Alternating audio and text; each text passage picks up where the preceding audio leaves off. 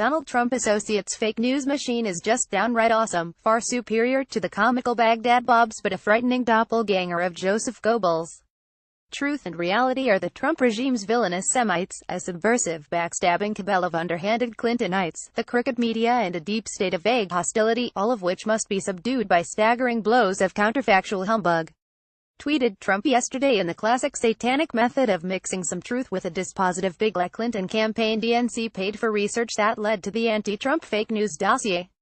The victim here is the president. Last night, Trump told Fox Business Network's Lou Dobbs that Democratic payments for the dossier were the real collusion. Trump is also implicating the FBI in Hillary Clinton's non-existently nefarious Russian collusion scheme. Reports The Washington Post. Despite there being no proof the FBI actually paid British investigator Christopher Steele, the two had a preliminary agreement that never materialized. Trump suggested it might have in a tweet last week, along with Russia, or the Dems or all. Dossier deceit screams the headline on the story at the top of FoxNews.com, notes the Post's Paul Waldman. There are 3 separate articles about it dominating the front page of Breitbart. Clinton, DNC paid for dirt Russian dossier, says the huge headline on the Drudge Report.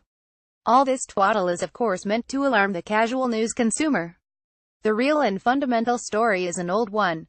CNN first reported on the dossier's existence back in January, saying the research effort was originally funded by President Trump's GOP opponents and then, when he won the nomination, by those supporting Clinton, although not specifically by the Clinton campaign.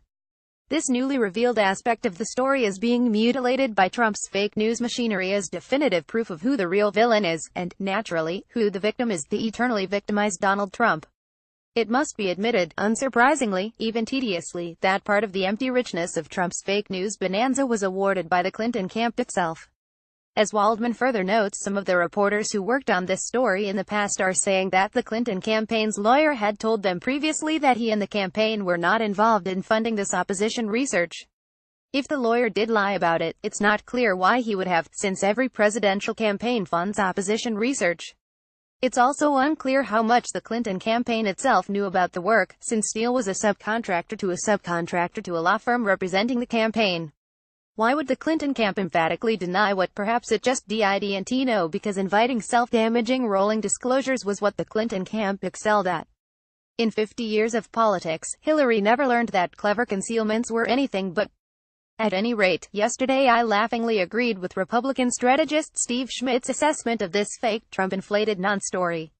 Appearing on MSNBC, Schmidt said its shocking significance was going right over his head.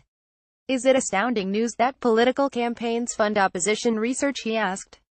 And how did this research much differ from any other campaigns need dirt on their opponents' campaigns pay for such dirt? The Clinton camp did nothing more than fulfill its op-or research obligation.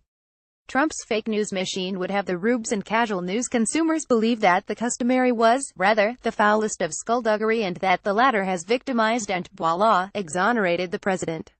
Once again, truth and reality are being packed into Trump's stinking railroad cars and shipped to annihilation. It's but another week's work of his Goebbelesque rot.